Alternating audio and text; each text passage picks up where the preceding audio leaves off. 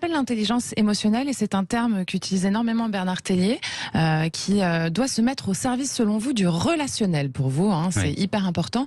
C'est un exemple concret qui vient de nous donner Alexandre Arcadi. Bien sûr. Ouais. Mais sans intelligence émotionnelle, il n'y a pas de relationnel. C'est impossible. Parce que déjà, le premier ingrédient de l'intelligence émotionnelle, c'est l'empathie. Et l'empathie, c'est quoi? C'est comprendre les émotions des autres.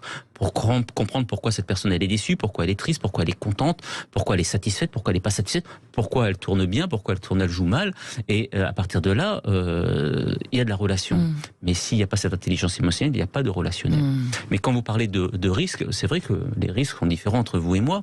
Oui, mais sur le fond, c'est différent, mais sur la forme, ça reste identique parce que ça engendre du stress. Et vous avez très bien dit, c'est que le stress n'est pas forcément négatif. Le stress peut être positif. Ça va nous permettre de se surpasser.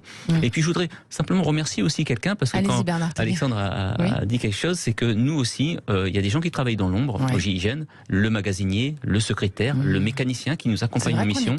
Et on n'y pense jamais parce que si on va en mission avec nos voitures, ce sont des voitures extrêmement puissantes et elles tombent jamais en panne, c'est grâce aux mécaniciens qui nous accompagnent en voiture. Si notre voiture tombe en panne, il nous laisse la sienne et puis lui reste sur le bord de la route en train de réparer la nôtre pendant qu'on puisse partir. Donc ces gens-là participent à la réussite de la mission aussi.